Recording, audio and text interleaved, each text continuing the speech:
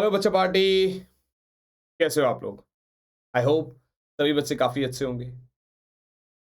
My dear students, यार board exams तो अब सर पे ही आ गए और आई नो टेंशन भी बहुत ज़्यादा हो रही होगी। सर पता नहीं कैसे रिवीजन करे, कैसे क्या करे। लेकिन मेरे शेरों और शेरनियों, ठीक है ना? मैं सिर्फ एक ही बात कहूँगा कि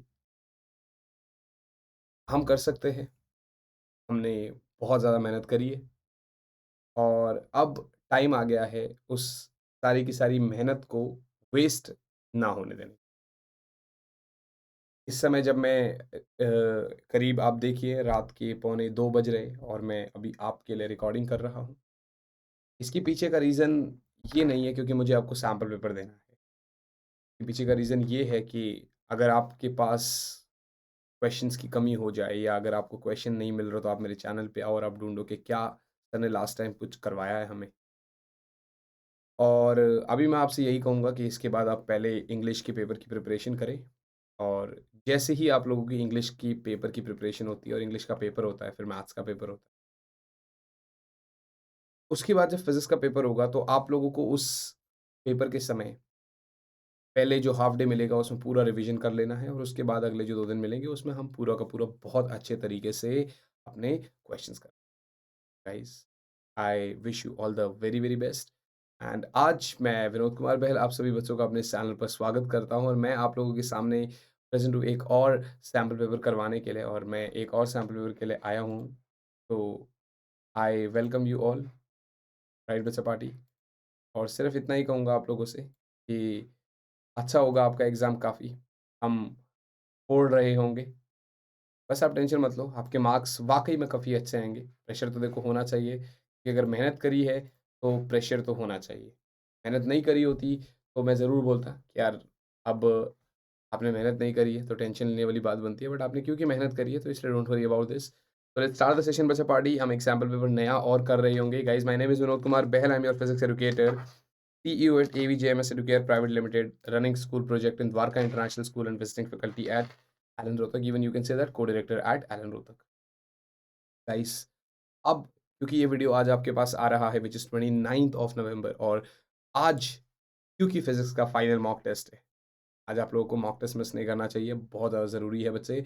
and yes guys, you can stand a chance to win 50 lakh rupees. आपको मॉक टेस्ट देने से पहले एक कोड यूज़ करना पड़ेगा विच इज़ पीके आर्मी।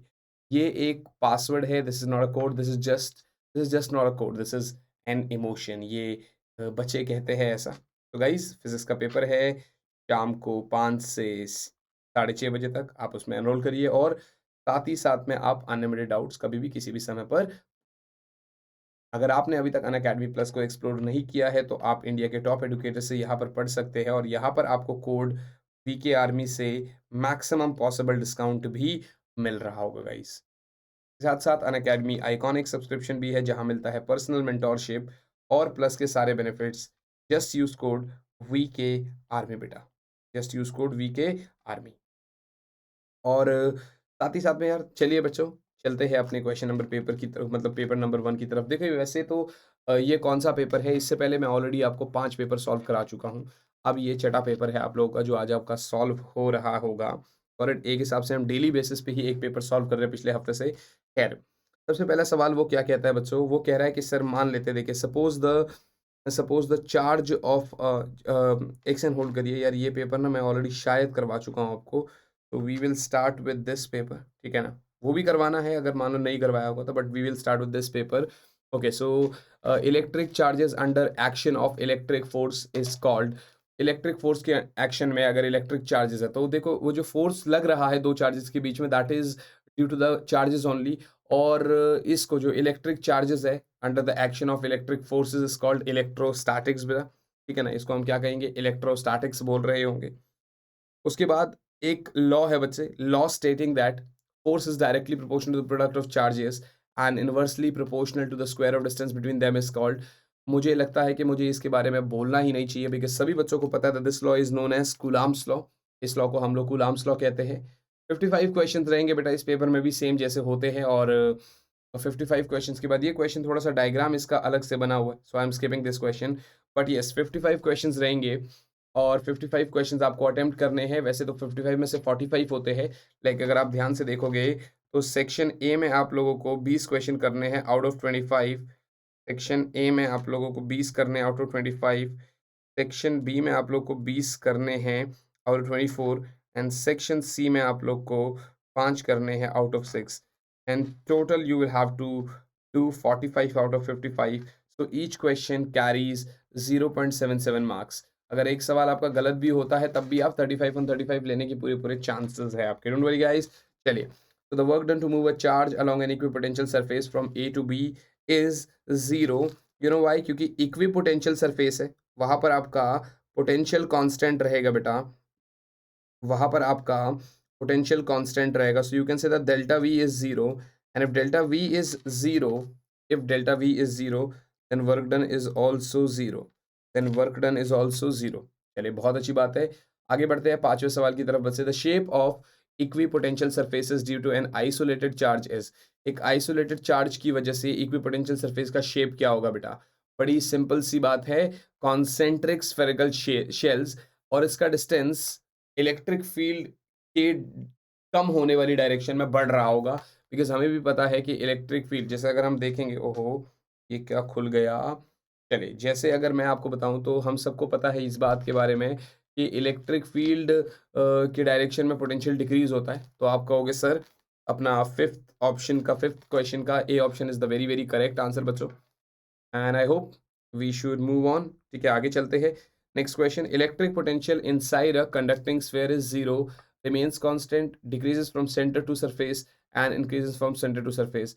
सभी बच्चों को पता है कि हमारा जो इलेक्ट्रिक पोटेंशियल है एक कंडक्टर के अंदर वो कांस्टेंट रहता है, क्योंकि जो सरफेस पे रहता है वही इनसाइड भी रहता है। तो यस, बहुत इजी क्वेश्चन है इस क्वेश्चन पेपर में, लेकिन यार ये ईज़ी तभी लग रहे हैं क्योंकि हम लोगों ने इस इन क्वेश्चंस को सॉल्व किया हो बेटा।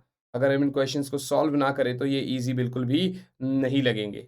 तो इसीलिए बहुत अच्छी बात है कि अगर आप लोगों को ये क्वेश्चंस ईज़ी लग रहे हैं बेटा, and I am very happy for that part.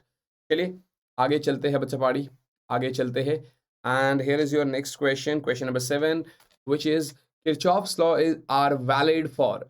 Kirchhoff's law किस-किस के लिए वैलिड होता है? कौन-कौन से सर्किट्स के लिए वैलिड होते हैं?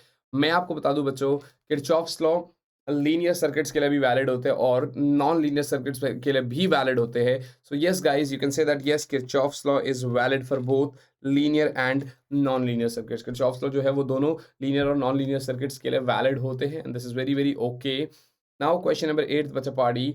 अब देखिए क्या कह रहा है कि सर दो रेजिस्टेंसेस है, they are connected in two gaps of metre bridge. Okay, अगर मान लेते हैं, ये वॉट नहीं होगा, ओम होगा।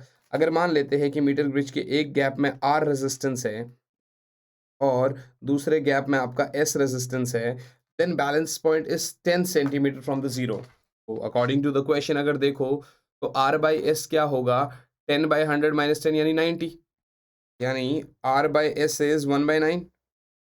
ठीक है ना? अभी क्या कहता है कि sir resistance of 20 ohm is connected in series with the smaller of the to.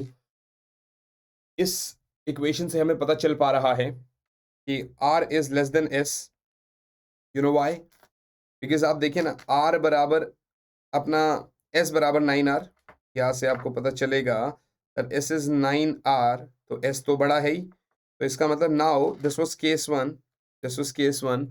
Now what we are going to do, case 2 में अपना छोटे वाला यानी R के साथ 20 ओम बढ़ा दिया गया, S तो S है, और नल पॉइंट जो है वो अब 20 सेंटीमीटर हो गया, तो 100 में से 20 मानी 80 हो गया, तो ये आपका 1/4 हो गया। तो 4 को मल्टीप्लाई मारो तो यहाँ से भी आपको मिलेगा 4R प्लस 20 बराबर S। You can say that 4R plus 80 is S। ठीक है ना? अब यार एक बात बताइए, S की जगह आप क्या डाल सकते हैं, 9R। तो 4R प्लस 80 बराबर 9R, तो 80 बराबर 5R, तो R बराबर आपका 16 ओम। और अगर R आपका 16 ओम है तो वो आपका बिगर रेजिस्टेंस की वैल्यू ढूंढ रहा है, यानी वो S की वैल्यू पूछ रहा है, एंड S इज 9R, यानी 9 इंटू 16 यानी 144 ओम, यानी 144 ohm. I hope guys this is very very clear to you all. क्या मेरी बात आप सभी बच्चों को समझ में आ रही है? यस बच्चा पार्टी, बहुत बढ़िया। चलिए आगे चलते हैं अपने नेक्स्ट क्वेश्चन की तरफ। आप लोग एक काम करिए, आप लोग एक बार इसको नोट डाउन कर लीजिए, मैं थोड़ा पीछे हो जाता हूँ। आप लोग एक बार इसको नोट डाउन कर लीजिए, ठीक है ना? जैसे ही नोट डाउन हो जाए आप मुझे बताइए कि सर हो गया। After that we will move ahead, हम अगले सवाल की तरफ बढ़ रहे होंगे। Yes guys, this is our next question. ये रहा हमारा क्वेश्चन नंबर 9। क्या बोलता है कि sir a circular current loop of magnetic moment m is an arbitrary orientation in an external magnetic field b, work done to rotate the loop by 30 degree about an axis perpendicular to its plane is। ध्यान से देखिएगा बच्चे, एक circular current loop है जिसका moment magnetic moment कुछ m है और एक्सटर्नल मैग्नेटिक फील्ड में देखिए, अगर मैं एक लूप ले रहा हूं and for an example this is my magnetic moment, और ये मान लेते हैं मैग्नेटिक फील्ड की ही डायरेक्शन में है because magnetic moment is always perpendicular to the plane of the loop. अगर मैं इसको 30 डिग्री घुमा भी दूं तो जितनी डिग्री से m घूमेगा उतनी डिग्री से आपका b भी घूमेगा, वो दोनों तो तब भी एक ही डायरेक्शन में रहेंगे। तो वर्क डन जो होता है वो आपका एम और बी के एंगल के बीच में होता है, और यहाँ पर तो एंगल चेंज ही नहीं हो रहा, तो इसका मतलब इसके घुमाने से कोई फर्क ही नहीं पड़ रहा। You can say that work done is zero only. तो आप क्या कह सकते हैं बेटा मुझे कि work done is zero only, because work done क्या होता है minus M B cos theta 1 minus cos theta 2। मेरी बात समझ में आ रही है? तो एम बी के बीच में पहले भी अगर आप देखोगे, ठीक है ना, पहले भी जितना वर्क डन था बाद में भी उतना ही वर्क डन है, तो एक हिसाब से आपका वर्क डन तो जीरो ही हो गया, मेरे को कोई फर्क ही नहीं पड़ा। खैर चलिए बढ़ते हैं भाई अपना नेक्स्ट 10th क्वेश्चन की तरफ। देखिए बच्चों 10th क्वेश्चन क्या कह रहा है कि sir when a charge of 1 coulomb moving with 1 metre per second normal to a magnetic field experiences a force of 1 Newton, then the magnitude of the magnetic field is। आप लोग पहले try करिए, और मतलब इवन पॉज करके भी आप लोग ट्राई कर सकते हैं, आपकी अपनी मर्जी है, मैं फिर भी आपको बता दूं। आपको पता है F बराबर क्या होगा, Q V B sine theta, यही होता है, ठीक है ना? साइन थीटा की आप अभी छोड़ दो बात, साइन थीटा की बात अभी आप छोड़ दो। अब नॉर्मली इतना बोलो कि सर फोर्स बराबर क्यू वी बी हो गया, और इसमें आपसे बोल रहा है कि सर वेलोसिटी तो 1 है, तो इसका मतलब आप पहले गिवन लिख लो। वी आपका 1 मीटर पर सेकेंड है, फोर्स आपका बेटा 1 न्यूटन है, फोर्स आपका 1 न्यूटन है, और चार्ज भी आपका 1 कूलम्ब है, तो मैग्नेटिक फील्ड पूछ रहा है, तो मैग्नेटिक फील्ड क्या होगा बेटा F by Q V. Force is 1, charge is 1 and this is 1, magnetic field is also 1 tesla only. Magnetic field is also 1 tesla only. क्या मेरी बात आप सभी बच्चों को समझ में आ रही है बच्चा पहाड़ी? I hope this is very very clear to you all. जरा अपना चश्मा साफ कर लिया जाए, पहन लिया जाए, थोड़ा थोड़ा सा आंखों में दर्द हो रहा है हमारे। राइट गाइस, क्या मेरी बात समझ में आ रही है? ओहो लाइट तो पूरी पूरी आ रही है इसमें, ठीक है चलिए। तो लेट्स मूव अहेड बच्चों, अब बढ़ते हैं अपने नेक्स्ट क्वेश्चन की तरफ which is question number 11th। और 11th क्वेश्चन क्या कह रहा है कि सर एक इलेक्ट्रॉन को हमने यूनिफॉर्म वेलोसिटी के साथ करंट एक्सेस के अलोंग प्रोजेक्ट कर दिया, which of the following is true.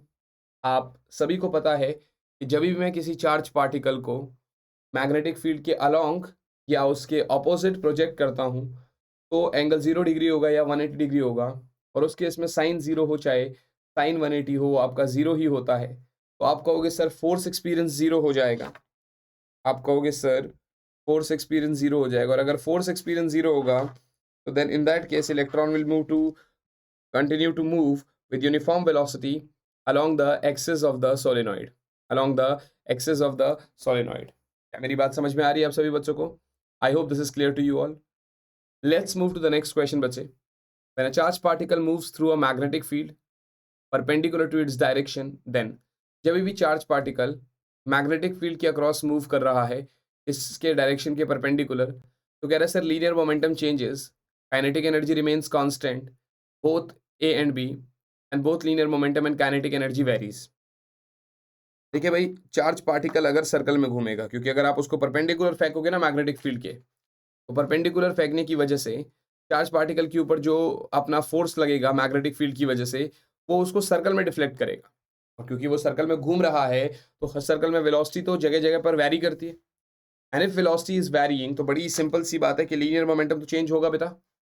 अगर ऐसी बात हो रही है तो लीनियर मोमेंटम तो चेंज होगा, फिर बात तो आपकी ये बिल्कुल सही है।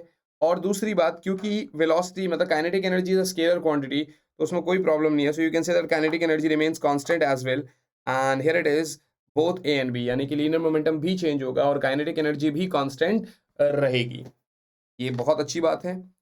आगे बढ़ते हैं। अब वो क्या कहने की कोशिश कर रहा है कि सर एक कॉइल है जिसके जिसके एन टर्न्स है और आर रेडियस है, उसमें आई करंट जा रहा है।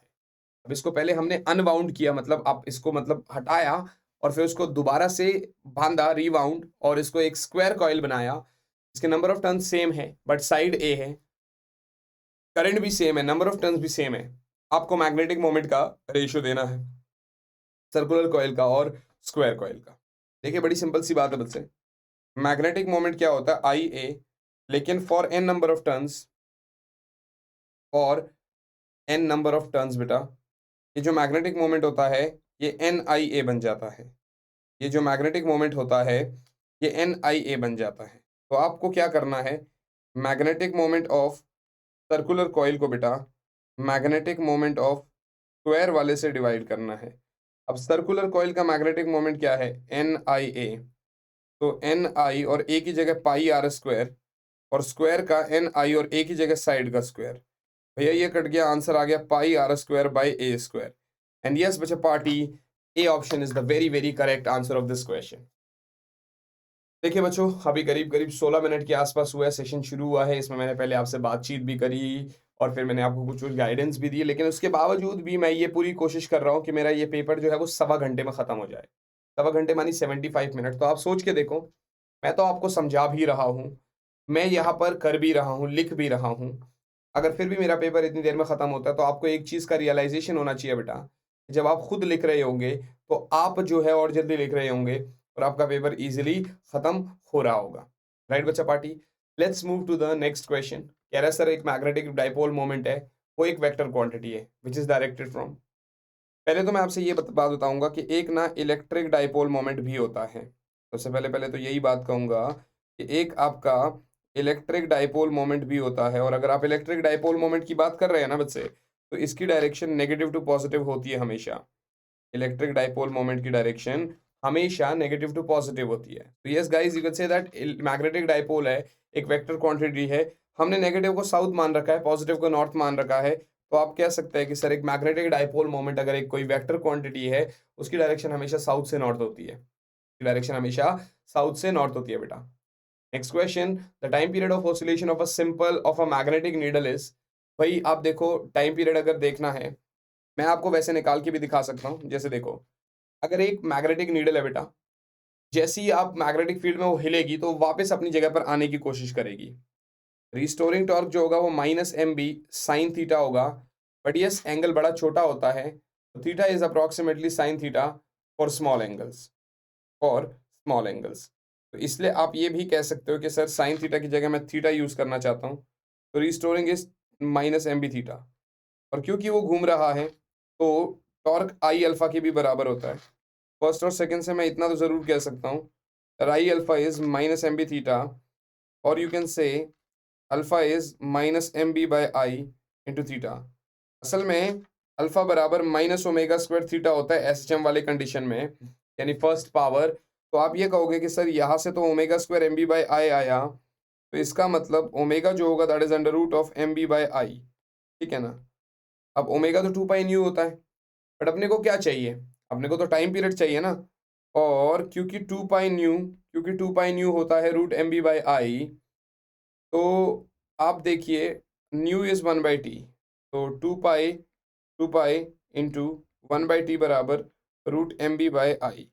एक काम करिए, रेसिप्रोकल करिए। देखिए इसको यहाँ डिवाइड करोगे 1/2 पाई, तो ये ऊपर रेसिप्रोकल के बाद ऊपर चला जाएगा। तो इसका मतलब टाइम पीरियड बराबर बेटा 2 pi under root of I by M B, 2 pi under root of I by M B. And yes बच्चा पहाड़ी, B option is the very very correct answer. क्या मेरी बात आप सभी बच्चों को समझ में आ रही है मैं क्या बोल रहा हूँ? तो यस बच्चों, B option is the very very correct answer. If you guys want to check this, you can check this, आप इसको चेक भी कर सकते हैं, ठीक है ना। अब हम चलेंगे नेक्स्ट क्वेश्चन की तरफ। क्वेश्चन नंबर 16, वो क्या कह रहा है कि सर एक मैग्नेटिक नीडल को हमने uniform non uniform magnetic field में रखा हुआ है, तो it will experiences force only, torque only, force as well as torque, and yes force but not torque. अब यहाँ पर आपको समझ में नहीं आ रहा कि हमें क्या करना है। मैं आपको बता दूं कि बेटा फील्ड क्योंकि नॉन यूनिफॉर्म है, तो नीडल के जो पोल्स है वो नॉन यूनिफॉर्म फोर्सेस एक्सपीरियंस करेंगे। इसका मतलब अगर नॉन यूनिफॉर्म फोर्स एक्सपीरियंस कर रहे हैं तो नीडल फोर्स भी एक्सपीरियंस करेगा और टॉर्क तो एक्सपीरियंस करेगा ही करेगा, और टॉर्क तो एक्सपीरियंस करेगा ही करेगा। I hope this is very clear to you. आइए बच्चे नेक्स्ट नेक्स्ट क्वेश्चन पे चलते हैं। Question number 17। वो क्या कह रहा है कि sir the self inductance L of a solenoid of length L and area A with fix number of N turns increases as. जब ऐसे क्वेश्चनों में मैंने आप सभी बच्चों को बताया था कि फॉर्मूलाज आपको याद रहनी चाहिए। लाइक सेल्फ इंडक्टेंस का फॉर्मूला होता है mu naught N square, mu naught N square ए, राइट, इनटू एल। बात समझ में आ रही है? चाहे आप ऐसा बोलो, ठीक है ना। देखिए अपना एल बराबर म्यू नॉट, अगर आप ध्यान से देखोगे mu naught N square A L, या तो आप ये कह सकते हो कि एल बराबर mu naught N square A by L. तो इसका मतलब अगर आप ध्यान से देखोगे कैपिटल एन के साथ रिलेशन है, तो ध्यान से देखिएगा कि जैसे ही आपका सेल्फ इंडक्टेंस है तो अपना अगर एल डिक्रीज होगा, उसने क्या बोला है कि self inductance of a solenoid with a fixed number of turns increases as. L को बढ़ाना है तो एल को तो घटाना पड़ेगा और अपना ए को बढ़ाना पड़ेगा। एल को घटाना पड़ेगा, ए को बढ़ाना पड़ेगा। एल अगर घट रहा है और ए अगर बढ़ रहा है, ए अगर बढ़ रहा है, तो ये आपके सामने क्वेश्चन है and you guys should give this option. I hope बच्चों ये क्वेश्चन हो गया होगा। 8 सवाल और है सेक्शन ए में। मुझे क्या लग रहा है कि यार शायद कहीं ऐसा ना हो कि एक ही घंटे में पेपर पूरा हो जाए, क्योंकि अगले 7-8 मिनट में सेक्शन ए कंप्लीट हो जाएगा। कह रहा है सर एक आयरन कोर्ड सोलिनॉइड है जिसका सेल्फ इंडक्टेंस कुछ 2.8 हेनरी है। When the core is removed the self inductance becomes 2 millihenry. The relative permeability of the material of the core is. एक आयरन कोर्ड सोलिनॉइड है बेटा। L अगर देखा जाए तो वो आता है mu naught N square A by L, ये भी बहुत सही है। एल डैश अगर आ जाएगा तो वो mu R mu naught N square A by L आ जाएगा। और अगर मैं आपको एक बात बताऊं, अगर मैं आपको एक बात डिवाइड कर लीजिए एल बाय एल डैश, आप डिवाइड कर दीजिए एल बाय एल डैश, ठीक है ना, बराबर बराबर even L dash by L कर देंगे तो और ज़्यादा है, ठीक है ना। एल डैश में क्या पहले से चलो डिवाइड कर दो आप फर्स्ट को सेकंड से। आप कह सकते हो डिवाइड फर्स्ट बाय सेकंड। तो sir L by L dash बराबर म्यू नॉट से म्यू नॉट कट जाएगा, बाकी सब कट जाएगा। एल बाय एल डैश किसके बराबर आ जाएगा? आपका म्यू आर के बराबर आ जाएगा। करेक्ट, म्यू आर के बराबर आ जाएगा, ठीक है ना। Okay okay okay okay okay, wait wait wait wait wait wait wait wait wait wait. आपका आपका आपका आपका आपका आपका आपका ये तो एल है। मैं अगर एल डैश को एल से डिवाइड करूँ तब क्या होगा? तब आपका सीधा सीधा म्यू आर आ जाएगा। वही चाहिए था। एल डैश है क्या? पहले वाला अगर आप ध्यान से देखोगे तो 2.8 हेनरी है, और जब हमने कोर को रिमूव कर दिया तो सेल्फ इंडक्टेंस 2 मिली हेनरी बन गया। Got it guys?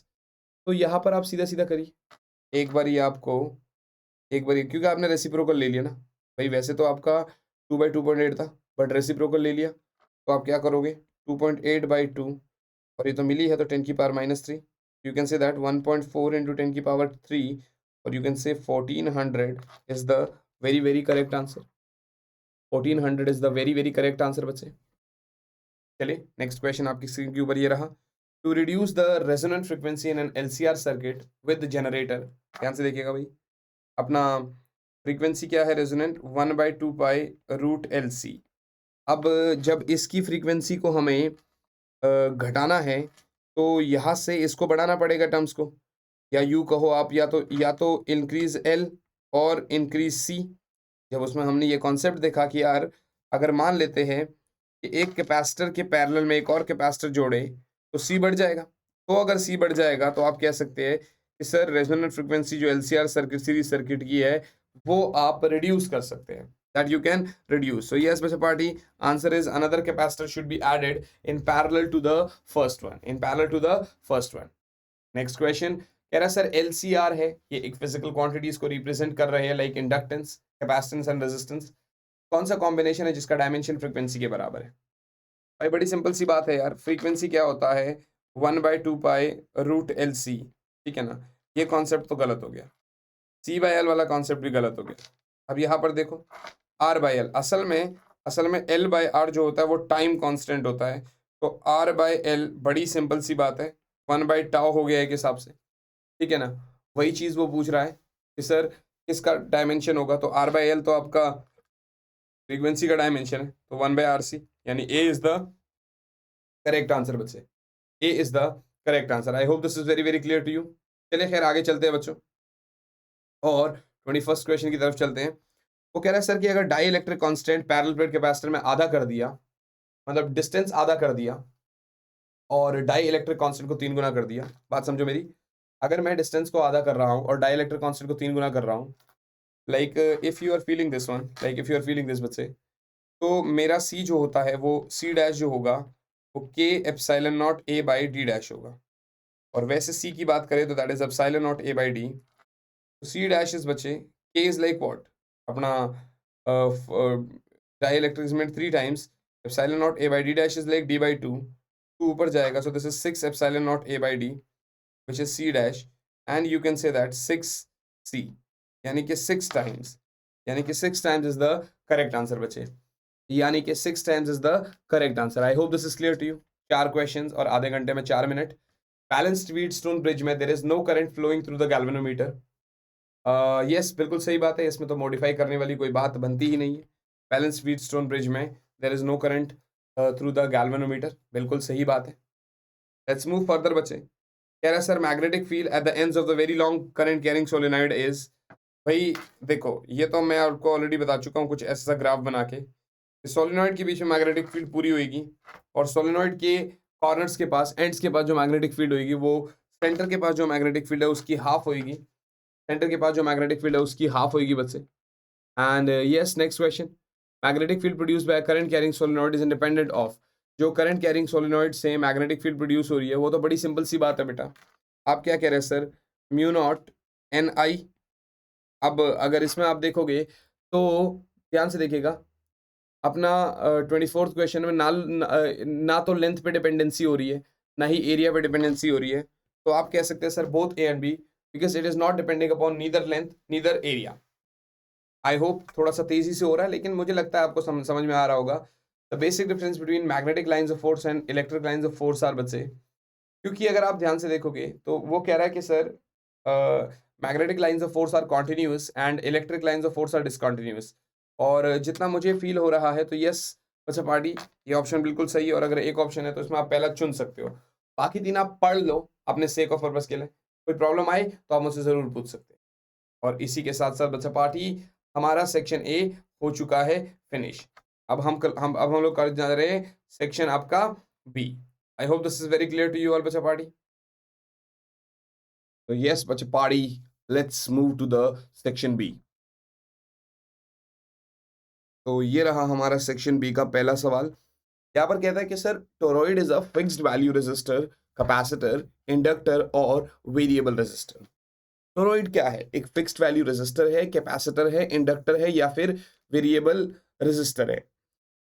अब टोरॉइड को हम लोग क्या करते हैं, टोरॉइड को हम लोग इलेक्ट्रॉनिक सर्किट्स में एक इंडक्टर की तरह यूज करते हैं। तो yes, you guys should know about this as well. Toroid is an inductor बेटा, टोरॉइड एक इंडक्टर भी है। आगे देखो, which of the followings is the reason for earth's magnetism। Earth magnetism के लिए इनमें से क्या रीजन हो सकता है, rotation of electric current, rotation of earth, attraction due to other celestial bodies, solar flares. Rotation of electric current, rotation of earth, attraction due to other celestial bodies and solar flares. तो अगर मैं आपको बताऊं तो यहां से आप ये देख सकते हो कि अर्थ मैग्नेटिज्म के लिए अगर कोई रीजन है तो that is basically rotation of electric current. Actually earth के आउटर कोर में जो है लिक्विड मेटल जब फ्लो करता है, that is the reason for generation of electric current. और अर्थ का rotation about its own axis cause that electric current to form a magnetic field which extends around the planet। बात समझ में आ रही है? I hope this is very very clear to you all. चलिए तो फिर से बताऊं, अर्थ के आउटर कोर में जो लिक्विड मेटल फ्लो करता है which is the reason to generate electric current, और अर्थ के रोटेशन की वजह से जब अर्थ अपने एक्सिस के अक्रॉस रोटेट करता है तो वो जो इलेक्ट्रिक करंट है उसकी वजह से मैग्नेटिक फील्ड बनता है। Alright guys, let's move to the next question. कह रहा है sir toroid has dash inductance for a given number of turns than a solenoid with a core of same material and similar size। असल में बच्चे ये सब चीज के साथ toroid has more inductance. Actually toroid का जो होता है ना, टोरॉइड के अंदर जो मतलब इंडक्टेंस होता है, जैसे कोर है तो कोर एंड कोर के थ्रू मतलब फ्लक्स लीकेज का चांसेस बहुत ही ज्यादा कम हो जाता है। तो we can say that toroid has more inductance for a given number of turns than solenoid. तभी तो हमें ये बोला जाता है कि यार हमें अगर हाई इंडक्टेंस कॉइल्स बनानी है वो भी सेम साइज और फिजिकल साइज और मास के, तो हम टोरॉइड को प्रेफर करते हैं इंस्टेड ऑफ आपका solenoid. Got it guys? Okay, let's move to the next question. Electric current in the earth's body is generated due to. Earth की बॉडी में इलेक्ट्रिक करंट किसके कारण जनरेट होता है? Movement of charge particle in the atmosphere, flowing of liquid metal in the outer core, electric discharges during thunderstorm, its revolution round the sun. Movement of charged body in the atmosphere, flowing of, अभी ये तो मतलब सोने पे सुहागा हो गया। Same question अभी पीछे मैंने आपको बताया कि अर्थ के आउटर कोर में लिक्विड मेटल फ्लो करता है, तो सिमिलर ये हो गया भैया आपका flowing of liquid metal in the outer core, flowing of liquid metal in the outer core. Let's move to the next question. Why inductance of solenoid is more than the inductance of solenoid having same number of turns, core of same material and similar life? अभी just मैंने आपको बताया कि core जो होता है वो endless होता है, ठीक है ना? There is no leakage in flux. Core जो होता है वो एंडलेस होता है and there is no leakage in flux. So yes, बड़ी सिंपल सी बात है बेटा, आपके सामने ऑप्शन आ गया and here it is, here we go. अब 25 more questions we are left with, और मुझे लगता है कि यार हमें मैक्सिमम अगर टाइम लगेगा तो 20 मिनट और लगेगा। अगर मैं 1 घंटे से पहले भी आपको पेपर प्रॉपर सॉल्व करके सब कुछ दे सकता हूं समझाने के साथ साथ, तो क्या आप 1.5 घंटे में इसको रीचेक भी नहीं कर पाओगे? तो थोड़ा सा बेटा अपना स्टाइल को चेंज करना पड़ेगा, बढ़िया तरीके से करना पड़ेगा। And yes guys, you will be able to do and you are going to crack it, you are going to do it. क्या मेरी बात समझ में आ रही है? I hope this is very very clear to you all. चलिए बच्चे आगे चलते हैं।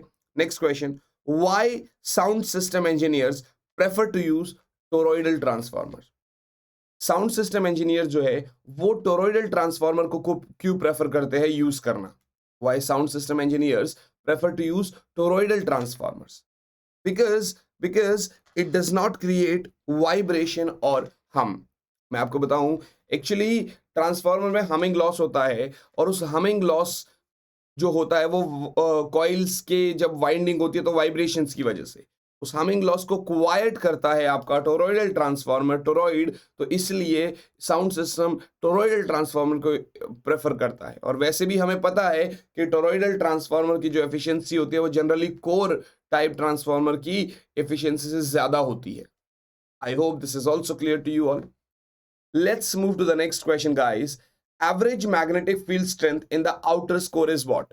तो अर्थ के आउटर कोर में जब हमने कैलकुलेशन करी, जब हम साइंटिफिकल देखे, तो हमें पता चला कि अर्थ के आउटर कोर में जो एवरेज मैग्नेटिक फील्ड है वो 25 गॉस, और आपको पता रहना चाहिए that 1 gauss is 10 raise to the power -4 tesla. 1 gauss is 10 raise to the power -4 tesla. I hope this is very very clear to you all. Right बच्चा पार्टी, चलिए थोड़ा सा आगे चलेंगे बच्चों। नेक्स्ट क्वेश्चन है question number 33। Efficiency of toroidal transformer is around -% which is dash then laminated core of transformer। अभी थोड़ी देर पहले मैंने बताया कि टोरॉइडल ट्रांसफार्मर की एफिशिएंसी लैमिनेटेड कोर ट्रांसफार्मर से हाई होती है। कितनी हाई होती है और कितनी होती है? सर अगर हम प्रेफर कर रहे हैं तो एफिशिएंसी वाकई में ज्यादा होगी, और हाई तो होती है। तो एफिशिएंसी जो है वो 95%, और वो भी higher than laminated core transformer, वो भी higher than laminated core transformer. क्या मेरी बात समझ में आ रही? क्या बात है, बहुत बढ़िया। चलिए let's move to the next question guys. Which of the following statements is true? Earth magnetic field is due to electric current induced in the ionosphere. The average magnetic field strength in the Earth's core is equal to the magnetic field at the surface. Earth magnetic field reverses at an average interval of approximately 3 lakh years, and angle of dip is same at every point at the earth surface। मैं आपको बता दूं बच्चे कि जब ऐसी बात होती है ना, तो आपको यहाँ से एक चीज समझनी पड़ती है कि हमें कभी कभार कुछ ऐसे टॉपिक्स भी मिल जाते हैं जो हमने पढ़े नहीं होते हैं, बट वो हमारे सामने टकरा जाते हैं। तो मैं फिर आपसे सिर्फ एक ही बात कहूंगा बच्चे कि यहाँ पर आपका जो क्वेश्चन है वो यही है कि अर्थ जब हमने कैलकुलेशन करी तो अर्थ की जो मैग्नेटिक फील्ड है it reverses at an average interval of approximately 3 lakh years. It reverses at an average interval of approximately 3 lakh years, बच्चा party. And I hope this is very very clear to you all. Right, बच्चा party. Shall we move on? चलिए बहुत बढ़िया. Next question आपके सामने है. According to Faraday's law of EMI, electric field is produced by time varying magnetic field. Magnetic field is produced by time varying electric field. Both A and B, none of these. बड़ी simple सी बात है बेटा. वो कहता है कि sir EMF induce होती है जब rate of change of flux is linked across the coil. So yes, electric field is produced by time varying magnetic field.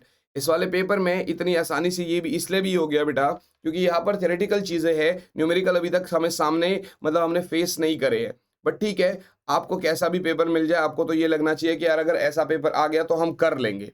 Got it? ठीक है. और यहाँ से आपको बहुत सारी नॉलेज ही मिल रही है, यहाँ से आपको बहुत सारे कॉन्सेप्ट्स आपके क्लियर हो रहे होंगे. शायद अभी आपको नहीं पता था कि कैसे क्या है, बट अभी बहुत सारे कॉन्सेप्ट्स आपके क्लियर होंगे. If a coil of insulated wire connected to a battery is brought to galvanometer, its pointer is deflected because. अगर किसी कॉइल की, अगर कोई इंसुलेटेड वायर की कॉइल है, वो एक बैटरी से हमने कनेक्ट कर रखी है और उसको हम गैल्वेनोमीटर के पास लेके आते हैं तो इसका पॉइंटर डिफ्लेक्ट हो जाता है because a current is induced in the galvanometer coil. The coil produce a magnetic field, the coil produce an electric field, none of these. बड़ी सिंपल सी बात है. जब भी एक इंसुलेटेड वायर से कॉइल कनेक्टेड है ना और उसको बैटरी के पास लेके आते हैं तो उस गैल्वेनोमीटर में करंट का इंडक्शन होगा और उस करंट के इंडक्शन की वजह से डिफ्लेक्शन होगी, यानी वो जो पॉइंटर है वो डिफ्लेक्ट हो रहा होगा. And I hope this is very very clear to you all बच्चे पारी. आई होप मेरी ये बात आप सभी बच्चों को बहुत अच्छे से समझ में आ गई होगी.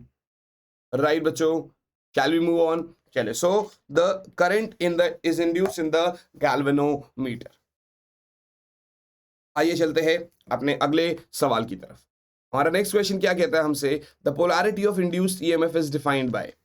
इंड्यूस्ड ईएमएफ की पोलैरिटी कैसे डिफाइंड होती है? Faraday's law, Biot Savart's law, Lenz law या फ्लेमिंग्स लेफ्ट हैंड रूल या फ्लेमिंग्स लेफ्ट हैंड रूल या फ्लेमिंग्स लेफ्ट हैंड रूल. तो इंड्यूस्ड ईएमएफ की पोलैरिटी लेंजेस लॉ के थ्रू ही डिफाइन होता है क्योंकि लेंस ही एक ऐसा बंदा था जो बोलता था कि sir the direction of induced EMF is such that it opposes the cause which produces it. मेरी बात समझ में आ रही है? यानी ईएमएफ की डायरेक्शन वो होगी जो मतलब ईएमएफ जो है ना वो कॉज को अपोज करेगा, rate of change of flux को अपोज करेगा. फ्लक्स बढ़ेगा तो ईएमएफ उसको रिड्यूस करने की कोशिश करेगा, फ्लक्स घटेगा तो ये उसको इंक्रीज करने की कोशिश करेगा. And here it is in front of you. ये भी बात आपको समझ में आ गई. Let's move to the next question, 38th question.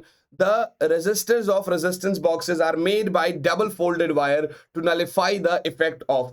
भैया रेजिस्टर्स जो है ना रेजिस्टेंस के, वो डबल फोल्डेड वायर से क्यों बने होते हैं? क्योंकि वहां पर बच्चे इंडक्टिव इफेक्ट होता है, वहां पर इंडक्टिव इफेक्ट होता है और एक्चुअली इंडक्टेंस का प्रेजेंट रहने का मतलब है कि इंपेडेंस भी इंक्रीज होता है. तो इसीलिए रेजिस्टेंस कॉइल्स में इंडक्टेंस के होने के चांसेस कम हो, therefore they are double folded so that current in the opposite directions cancel the inductive effect. समझ में आया कि नहीं आया? तो आप ये कह सकते हो कि सर रेजिस्टेंस का जो रेजिस्टर्स है रेजिस्टेंस बॉक्सेस के, they are made by double folded wire just to nullify the effect of self induction, just to nullify the effect of self induction बेटा. And I hope this is very very clear to you all. चलिए बच्चों आगे चलते हैं.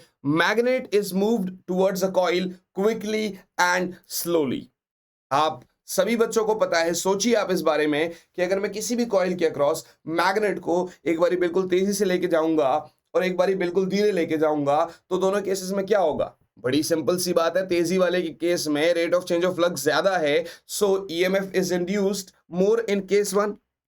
EMF induced is more in case 1, and I hope this is very very clear to you. So EMF induced is more in case 1, and this is the final. Now next 40th question. Two identical coaxial circular coils carry same current in same direction. If the loops approach each other, then the current either increases, either decreases, remains the same. In one coil current increases and in the other coil current decreases. Sir दो identical coaxial coils है, same current same direction में follow कर रहे हैं, loop अगर एक दूसरे को अप्रोच करेगा तो करंट इंक्रीज होंगे या डिक्रीज होंगे। एक मिनट जरा इसको साइलेंट कर दें। हाँ, जरा ध्यान से देखिएगा बच्चे, अगर दो आइडेंटिकल सर्कुलर कोएक्सियल केबल्स है, वो सेम करंट सेम डायरेक्शन में कैरी कर रहे हैं, अगर लूप एक दूसरे को अप्रोच करते हैं तो करंट घटेगा बढ़ेगा सेम रहेगा, एक कॉइल में करंट इंक्रीज होगा अदर कॉइल में करंट डिक्रीज होगा, क्या होगा? देखो बच्चे, जब भी दो कॉइल्स को मैं एक दूसरे के पास लेके आ रहा हूं तो टोटल फ्लक्स तो बढ़ेगा, और लेंस तो कहता है कि भैया फ्लक्स बढ़ेगा तो इस फ्लक्स को घटाना पड़ेगा, अपोज करना पड़ेगा। और अगर ऐसा है तो हर एक लूप में करंट जो है वो डिक्रीज होगा ताकि फ्लक्स बढ़ जाए। समझ में आया कि नहीं आया? आया ना?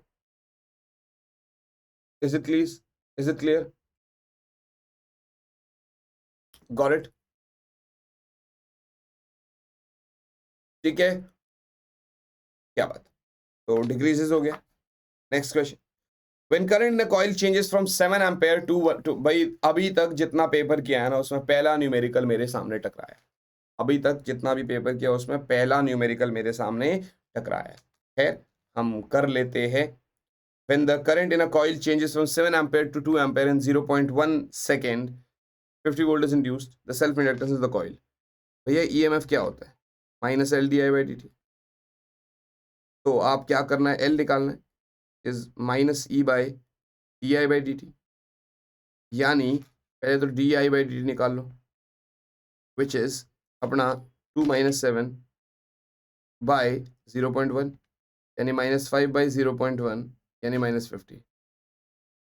तो एल हो जाएगा माइनस 50 अपॉन माइनस 50। तो L is 1 Henry. L is 1 Henry. Is it clear guys? I hope this is very very clear to you. 14 questions are remaining left. के बाद भी हमारे 1 आवर होने में 18 मिनट्स है। इतनी जल्दी हम पेपर कर रहे हैं सॉल्व।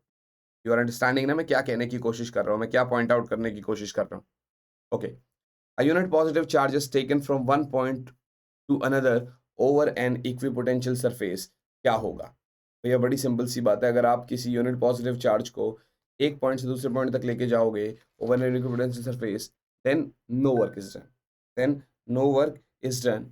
ठीक है ना, क्योंकि डेल्टा वी जीरो है, ये तो अभी पहले भी क्वेश्चन आया था, और अगर डेल्टा वी जीरो है तो वर्क डन होता है charge into delta V, so work done is but obviously zero बच्चे, work done is but obviously zero. I hope this is very clear to you. Let's move to the next question, 43 wala. A hollow metal sphere is so charged that the potential on its surface is 10 volt.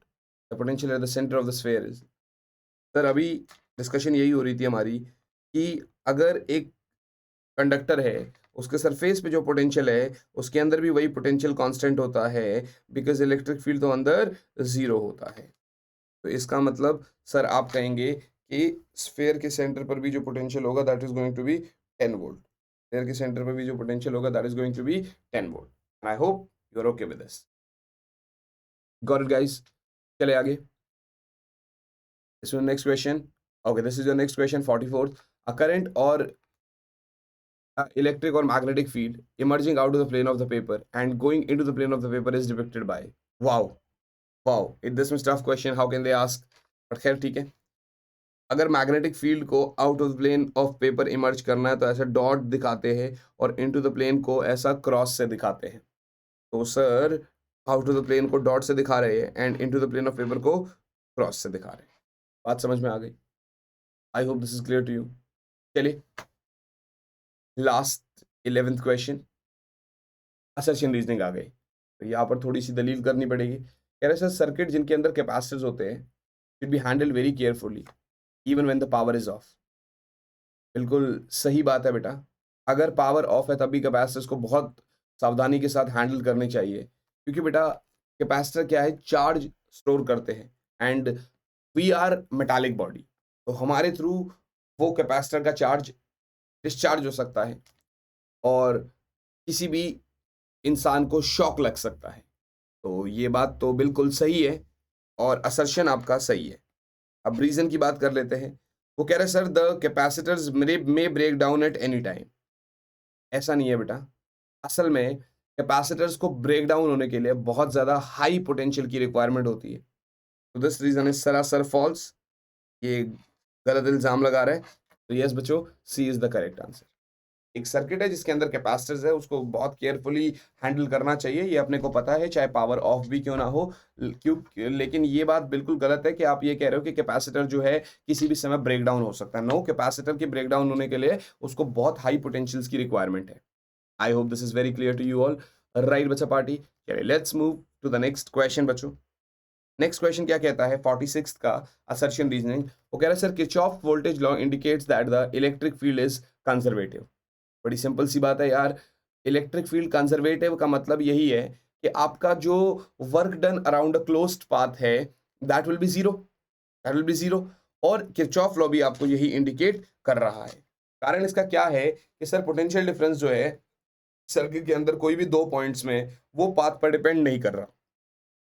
आप ये भी कह रहे हो कि sir final और initial position पर depend कर रहा है। तो जब पोटेंशियल डिफरेंस ऐसा कर रहा है तो इलेक्ट्रिक फील्ड का तो बड़ा ऑब्वियस है।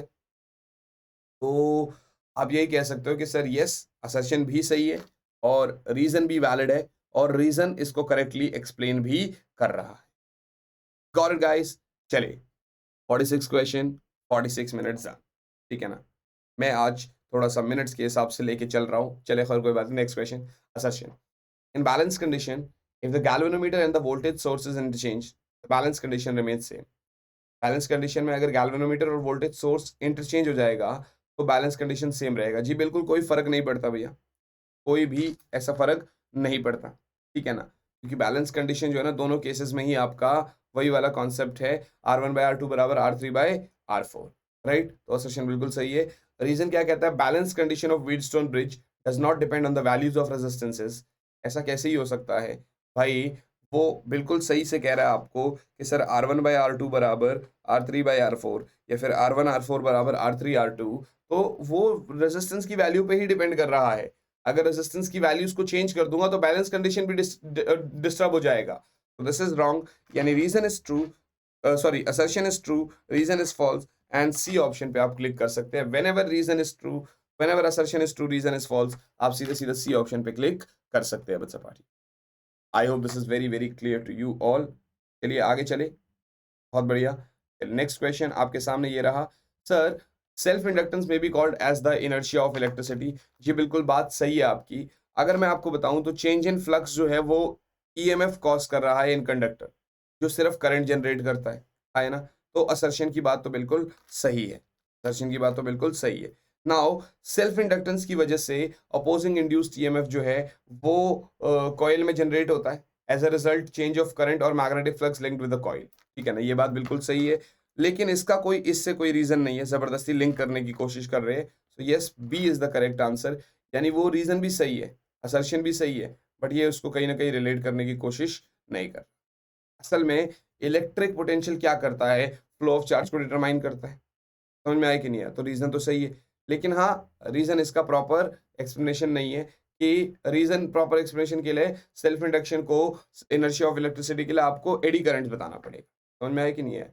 जनरेशन ऑफ एडी करंट्स होता है जिसकी वजह से हम इंडक्टेंस को भी इनर्शिया ऑफ इलेक्ट्रिसिटी कह सकते हैं।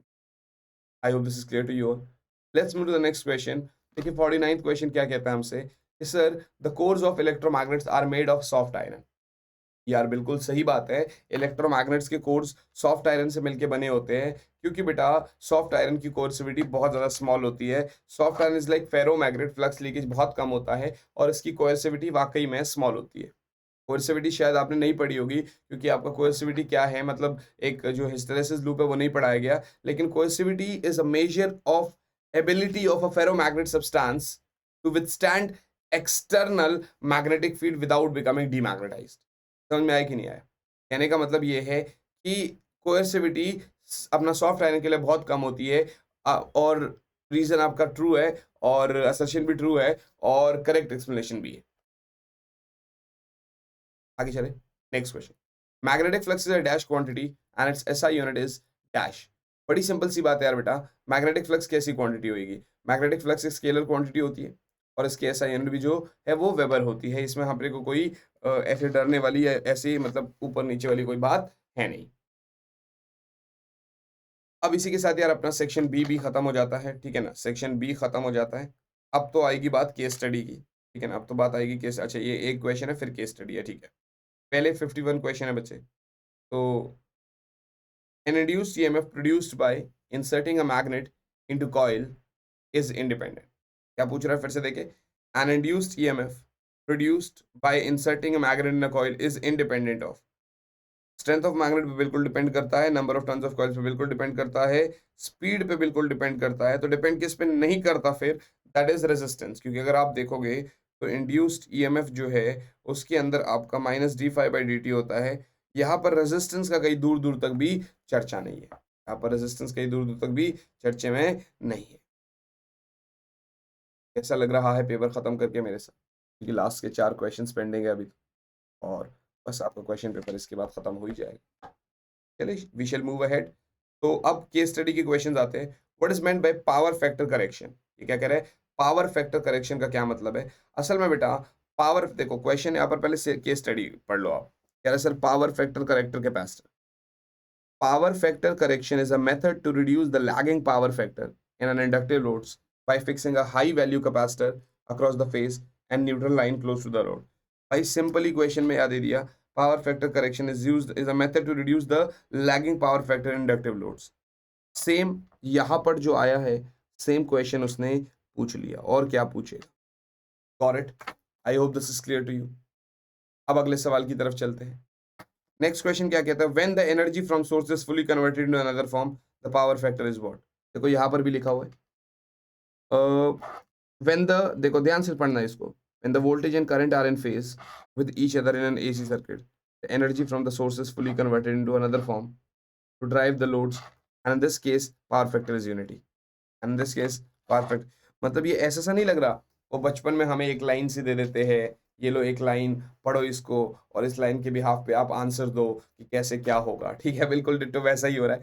खैर चलते हैं आगे। Next question 54, power capacitors for power factor correction are. चलिए ये भी देख लेते हैं। Let us see. When the voltage, ये तो हो गया यूनिटी वाला। When the power factor drops, the system becomes less efficient. In inductive loads, current lags the voltage, leading to lagging power factor.